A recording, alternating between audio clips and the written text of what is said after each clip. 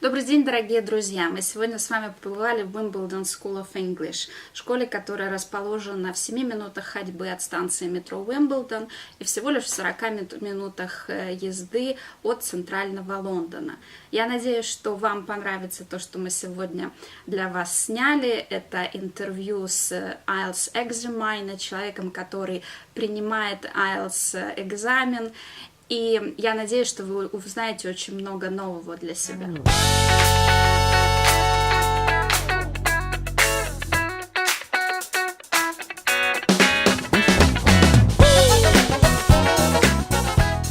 Well, I wouldn't suggest any phrases because I think the students shouldn't try to memorize things. They should be as natural. They should do all their studying and preparation beforehand. And for the exam, they should be open, confident, smiling, and say as much as possible, clearly. But if my biggest tip, I suppose, is to try and organize your ideas. So maybe think of discourse markers that will help you organize your sentences and link them together better.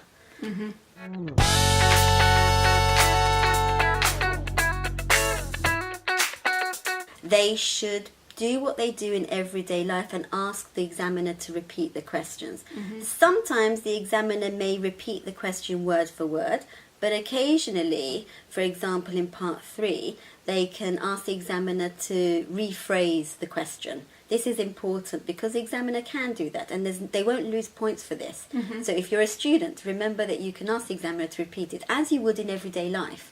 Because the exam is not meant to be something that's robotic. It's a natural conversation between two humans.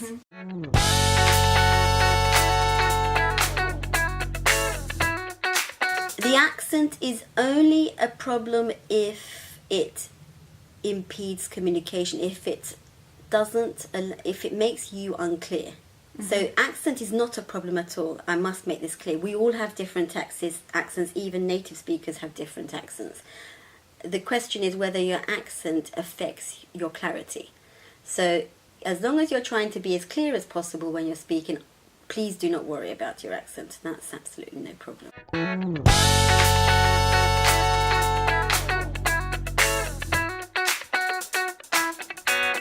Well, the examiner doesn't offer to shake hands with the student, but if the student really puts their hand and wants to shake hand, there is nothing wrong with that.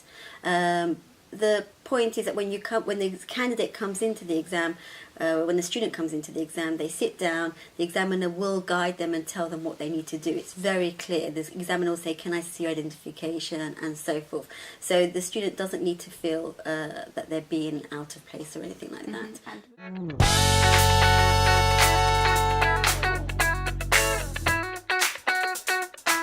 I think anything that you would do in an academic situation normally which is appropriate in an academic situation is acceptable in that. Joking can mean a lot of things in different cultures.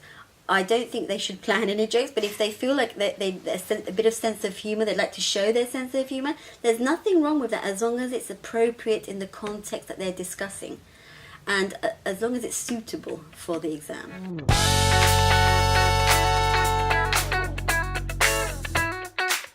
I think that, again, what a student should wear, what they normally would wear at university. Something they're comfortable in and something that's appropriate for an exam. They don't need to dress up in a suit or be very smart and feel very hot and bothered. It's important they wear something that's appropriate for the weather and obviously for the academic situation that they're in. Most candidates will wear jeans, t-shirt and comfortable clothes as long as it's appropriate.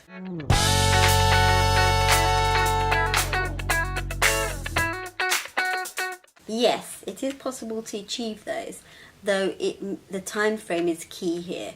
With a student that's upper intermediate wanting to achieve 7, let's say, was it 8, then what we would recommend is that they do a general English course first, push their general English level up, then after perhaps they've finished one course, then they could do the IELTS at the end, which would then push their IELTS score up. Student upper intermediate levels generally grade 6, so you can imagine they would need some time here to improve their general English and to be more confident when they move into an academic English course.